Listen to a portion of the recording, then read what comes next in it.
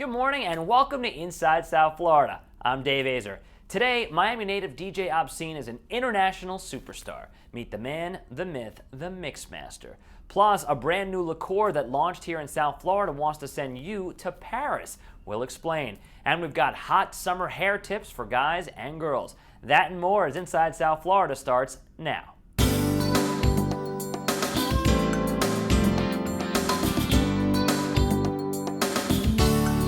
Becoming one of the most sought-after DJs in the country, and he's even going global. And it all started when he was a teenager right here in South Florida. Here he is, DJ Obscene.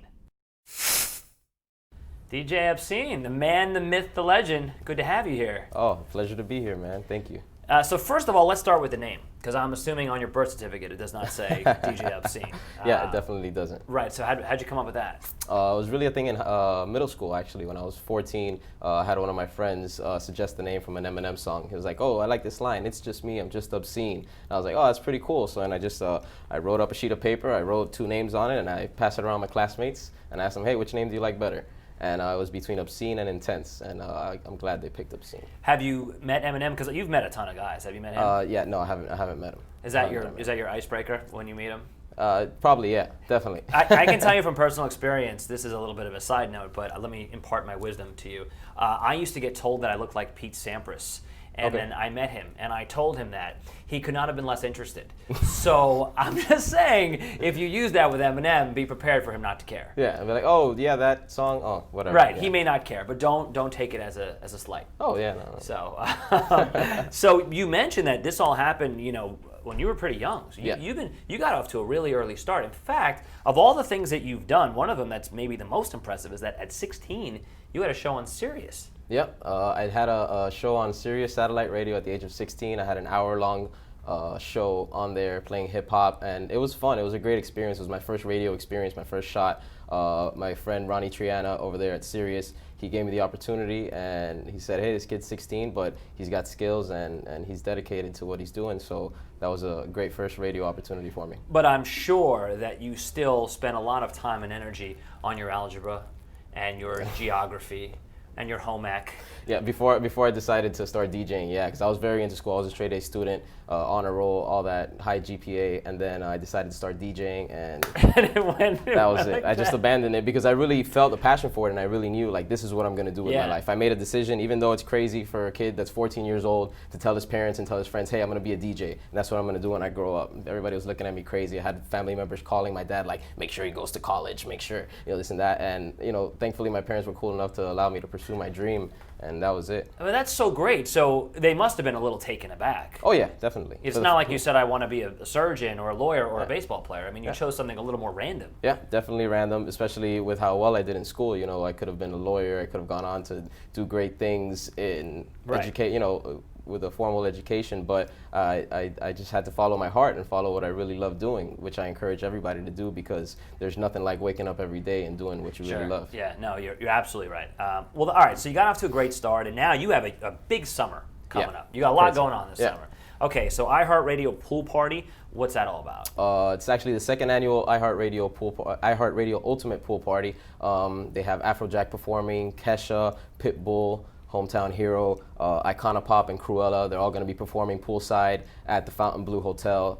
It's the second annual event, like I said. I was lucky enough to participate in the first one last year with Maroon 5, Flo Rida, Gym Class Heroes, and it was an incredible experience, and I'm grateful just to be a part of it again this year. Yeah, I mean, that's pretty intense. I mean, I've seen the video from last year. It's pretty nuts. Yeah, it was. I mean, it's so many, because it's, they give away a lot of entries, so it's people from all around the United States that listen to Clear Channel radio stations that get to come to, they fly them to Miami, they come in, they win tickets for this event. So it's people from all across the United States that have never been to Miami before, and they're at the Fontainebleau on Miami Beach. For them, it's like the ultimate, wow.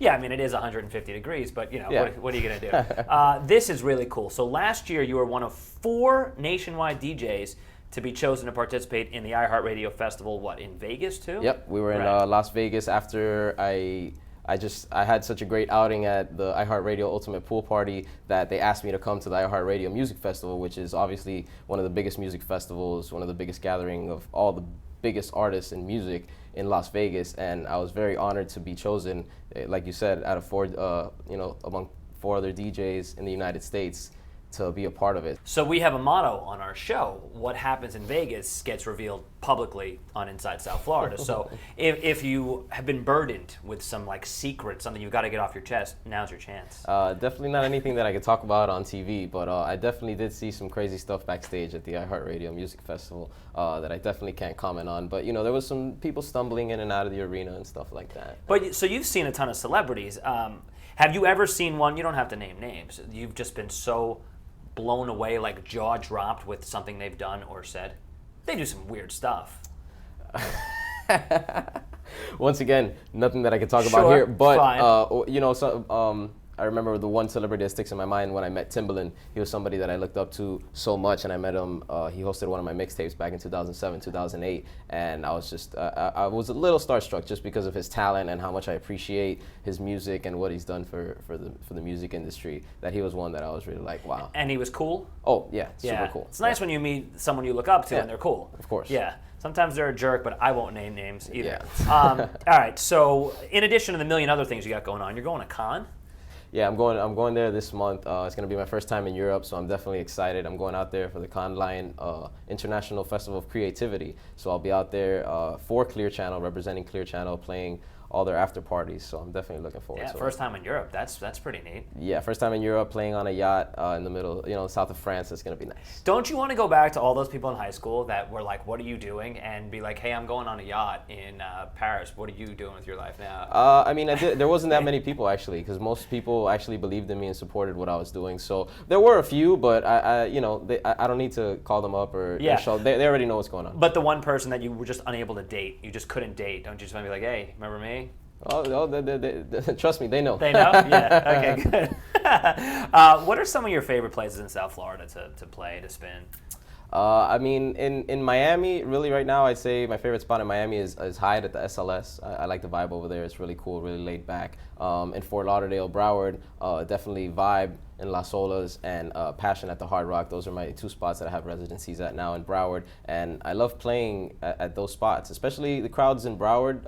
I've been noticing they really like to party. They really like to dance. They really like to let loose and have a good time. In Miami, it's a bit more about showing off, who can spend the most money. You know, people are standing around, not really dancing. So, you know, I want to be at the parties where people are dancing. I don't care for the parties where people are standing around popping bottles. Right. Look at Broward getting some love right now. Yeah, okay, of course. That's nice. It's not all about South Beach.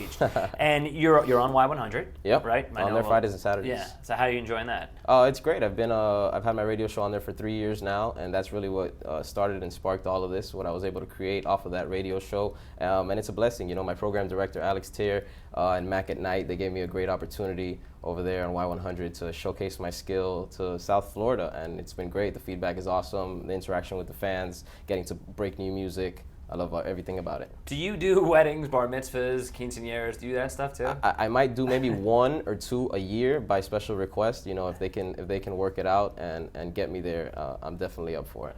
Yeah, but they're fun to do. Yeah, I'm sure. Yeah, for the 1 or 2 that I do a year, they're definitely fun because it's definitely a huge change from everything else that I do on a weekly basis. So for sure. Well, I gotta tell you, man, you are a fascinating dude. Thank you. I'm thrilled you came in. The last thing here, you also have a podcast too, right? Oh, definitely. Yeah, you can subscribe to it on iTunes, or you can find it on my website, obscenesounds.com. You can just search Obscene Sounds or DJ Obscene on iTunes, and it'll be right there. Free music for you to download and enjoy. Awesome. And is that the best way to get a hold of you? Definitely. All my information, everything going on with me up to date. My website, obscenesounds.com. And of course, across social media, just search DJ Obscene and you'll find me there. Okay. And if you want to be the one wedding / bar mitzvah / quinceañera that he plays a year, get on it. Have you done one yet this year? Nope, none this year yet. You still got a shot. Have a great summer, man. Thank you. It's good to meet you, buddy. Thank you for having me. All right. Thank you, Obscene. When we come back, there is a brand new liqueur on the market. It launched right here in South Florida, and it wants to take you to Paris. We've got the details. Keep it here.